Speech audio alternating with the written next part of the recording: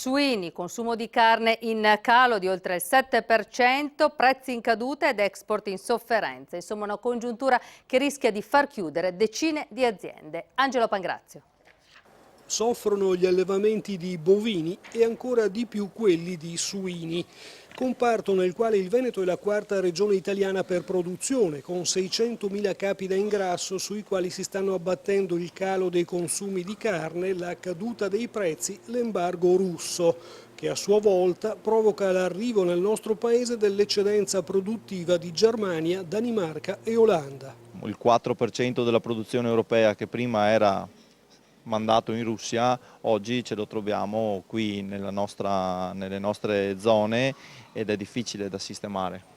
I prezzi pagati non arrivano neppure a coprire i costi di produzione di 1,30 € al chilo e gli allevatori non trovano sbocchi neppure nei consorzi di prosciutto crudo DOP, Parma, San Daniele, Berico ed Euganeo. Per un prosciutto prodotto in Italia ne entrano 2 dall'estero, stagionati nel nostro paese ma venduti come nostrani a prezzi stracciati. Noi in Italia produciamo circa 11 milioni di suini all'anno e consumiamo 75 milioni di cosce di suino all'anno. Ora il conto è presto fatto. Se abbiamo 22 milioni di cosce vuol dire che tutto il resto viene dentro dall'estero.